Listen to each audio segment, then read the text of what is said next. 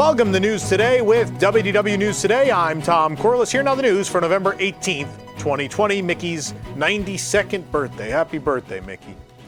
This Thanksgiving weekend, give back to those who have been creating the magic for you by tuning into our 65-hour broadcast to benefit the cast member pantry. We here at WDWNT are looking to help those furloughed and laid off cast members from the Walt Disney World and Disneyland resorts.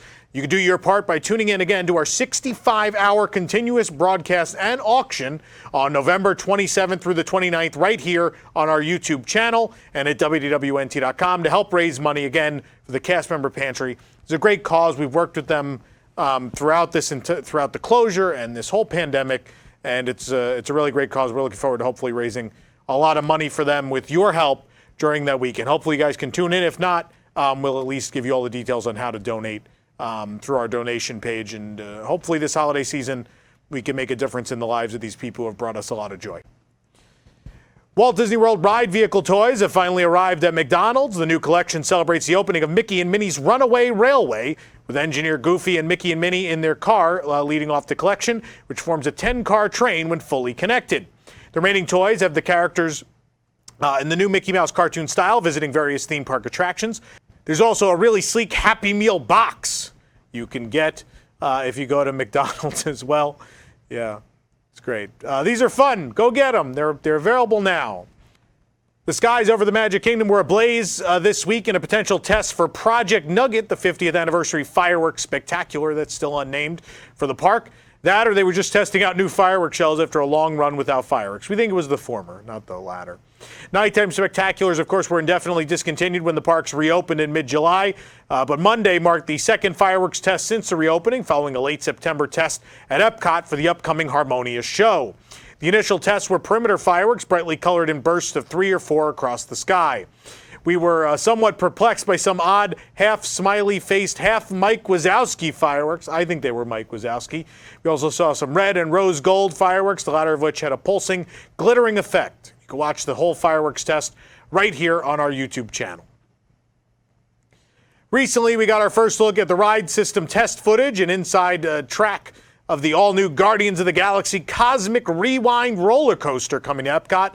Now we're seeing work continuing on the building finally after a long absence of work. We finally see the facade for the entrance of the building going into place. Obscured by installation of the Xandarian Nova Corps spaceship, which is currently hidden by scaffolding, work has begun on that facade finally of what used to be the Universe Energy. We've seen plenty of construction atop the building that once held Ellen's Energy Adventure. This is the first work we've seen finally on that front, where the aluminum studs for a wall that's being installed in front of the former Universe Energy building is finally going to go. Most of that work is still hidden by a green tarp that hangs from the roof, and from guest view, it's also obscured again by that spaceship construction. Meanwhile, the mounts for solar panels are all in place along the roof, awaiting the arrival of those new solar panels, a nod back to the old Universe Energy that thankfully will continue on when this attraction opens, whenever that might be. We think it's next year. Maybe it's the year after. It might be delayed. They haven't said anything yet. Tokyo Dining will be reopening for a very limited time next week at the Japan Pavilion, just in time for the first wave of holiday crowds. Tokyo Dining will be open from Thursday, November 26th through Sunday, November 29th. Hours will be limited as well, with the restaurant open from 1 p.m. to 8:30 p.m. Through Saturday and 1 to 7 on Sunday. Reservations are not available. It'll be walk-in only. While we still don't have an opening date, another major milestone in the construction of Space 220 has been reached at EPCOT. Signage is now in place near the queue for Mission Space, where the entrance will be located for the restaurant. Previously, we saw a similar sign partially revealed in front of the pavilion. The reveal comes after a new look inside the restaurant was shown earlier this week. Guests inside the restaurant will feel like they're in space as they gaze down at Earth from an altitude of 220 miles. It's unknown, again, when this thing's going to open, but we're seeing more and more work get finished. Even more final touches are on the way for the France Pavilion expansion, home to the upcoming Remy's Ratatouille adventure attraction, which is now set to open next year, officially. As we passed over the pavilion aboard the Disney Skyliner, we noticed painting going on with crates of paint and painting tools, plus what seems to be mock-ups of the artwork to be painted onto those expansion walls. We spotted what seems like the beginning of an Art Nouveau-style mural with a swirl of gold paint against a light blue background in one of the recessed walls of the facade. In another recessed section of the facade, another green and white painting is coming together. It took a lot of effort to build the expansion, but it's fascinating watching these artists give it the final touches that'll help it truly stand out. Over by the main boulevard, we see how nicely the varying types of tiles come together to form the cobblestone street. A number of fresh flowers have been planted alongside the windowsills as well. You can tell by the bright pink pop of color. And over by the Remy's Ratatouille Adventure marquee sign, it seems they're doing some last-minute touches, possibly filling in any pieces of gold leaf that were damaged during installation. Despite delays, the France Pavilion expansion and Remy's Ratatouille Adventure seem to be finally coming together, and they will open again sometime in 2021. A change to seating policy has led to significantly reduced wait times for Mickey and Minnie's Runaway Railway at Hollywood Studios. Currently, cast members are double-loading guests, seating them on both sides of the plexiglass dividers that have been installed on the attraction vehicles. Plexiglass was also installed on the vehicles for Rise of the Resistance a couple weeks ago. Previously, individual parties were seated in their own vehicles, with smaller groups seated in the front of the dividers. The move will increase capacity, which should help with wait times. Of course, we noticed today that the line looked longer, but the posted wait time was shorter than usual. That's because they can load double the guests into the attraction. You can watch a full video of Runaway Railway from behind the plexiglass and decide for yourself if it's a good change right here on our YouTube channel.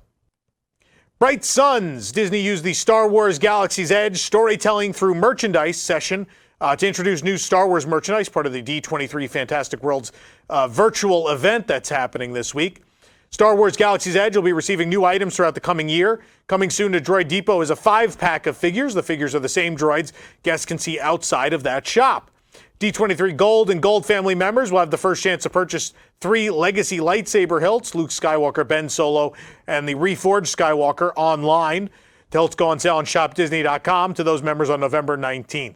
New legacy lightsabers will be announced throughout 2021, culminating with the release of Cal Kestis's lightsaber from Jedi Fallen Order. The Cal Kestis hilt won a recent fan vote. Disney also announced that new legacy lightsabers are released. As they're released, older models will be retired. So if you've been thinking about purchasing one of those older original hilts, now might be the time to do it.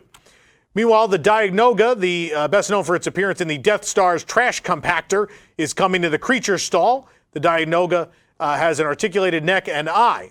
Meanwhile, a wood Boba Fett figure is coming to Toydarian toy makers. No word on exactly when these will show up. Meanwhile, today at Droid Depot, we found some brand new items.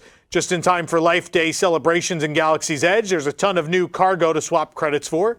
The newest droid arrival hails from the Star Wars Resistance animated series. It's CB-23, Poe Dameron's droid, colored in bold, red, and teal. And this special new droid was first announced earlier this week at that merchandise panel.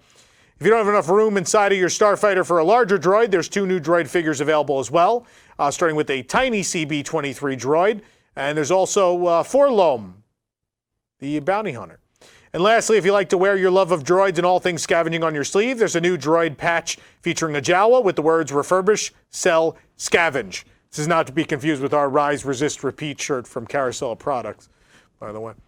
The patch can be temporarily applied to clothes using the sticky backing it comes with. However, you can also sew it on for permanent application. Meanwhile, the galaxy's original Mandalorian and one of the Empire's most cunning warlords have found their way to the reservation-only shopping event at Downtown Disney District at Disneyland. You can bring home a piece of Star Wars animated holiday special with your very own Boba Fett plush for $22.99.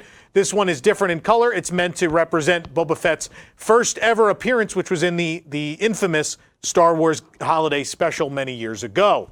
Meanwhile, there's also a wooden Grand Admiral Thrawn figure for $19.99. Boba Fett has arrived on the East Coast. The Admiral Thrawn wood toy has not arrived here in Florida just yet. They are out at Disneyland Resort already. The holidays are in full swing around Walt Disney World, and now we've received the gift of 3 new holiday treats at Disney's Boardwalk. This attractive-looking trio just debuted, and we had to try them out.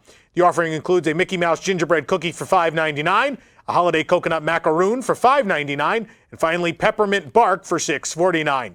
Find all 3 of these items at the Boardwalk Bakery. Our full review is at WDWNT.com. In celebration of Mickey Mouse's birthday, Disney has revealed the fully restored Partners and Storyteller statues at Disneyland and Disney California Adventure. For weeks now, the Storyteller statue has been seen covered by tarps at California Adventure, but with the grand reopening of Buena Vista Street for shopping and dining tomorrow, it's back out to welcome guests. Following a refurbishment, the iconic Partner statue in front of Sleeping Beauty Castle at Disneyland has been restored to its original grandeur. The beloved partner statue, created by famed Disney sculptor Blaine Gibson, features Mickey Mouse and Walt Disney. The photo you're seeing now was taken on its original unveiling on November 18, 1993, in the hub at Disneyland Park to commemorate Mickey's 65th birthday. Over time, the bronze had oxidized and because of the applied patina, acrylic polymer, and wax, it required a more intensive process than just a simple cleaning or polishing. Over 4 days, an artisan utilized the process using crushed walnut shells to gently strip the figure down to the bare bronze. After cleaning, various chemicals were applied and heated with a blowtorch to create a reaction and fuse with the bronze. The figure was coated in a polymer to protect the patina, then coated with a very thin layer of wax. Guests visiting the downtown Disney District's extension into Buena Vista Street will have the opportunity to see the Storyteller statue starting tomorrow. This statue features a 1920s-era Walt in a fedora and traveling attire just off the train from Missouri, ready to realize his dreams in California with his pal, Mickey. As for that reopening tomorrow, be sure to stay tuned right here to our YouTube channel. There will be a live stream at some point and lots of content at WDWNT.com and DisneylandNewsToday.com from all that reopening. We'll be checking out the lounge, all the stores, all that fun stuff. Don't miss it. That is tomorrow, Thursday, November 19th. While Disneyland Paris remains closed, they've apparently updated their face mask policy to apply to all guests regardless of age. Previously, only guests 6 or older were required to wear one. Due to spikes in COVID cases in France, Disneyland Paris closed its gates on Friday, October 30th to adhere to recent lockdown guidelines. Disneyland Paris will aim to reopen ahead of the lucrative holiday season on December 19th through January 3rd, but this may change as the situation evolves. Currently, face mask guidelines at Walt Disney World and Disneyland Resort indicate that all guests ages 2 and up are required to wear face masks, except when eating or drinking when stationary or at a designated relaxation station.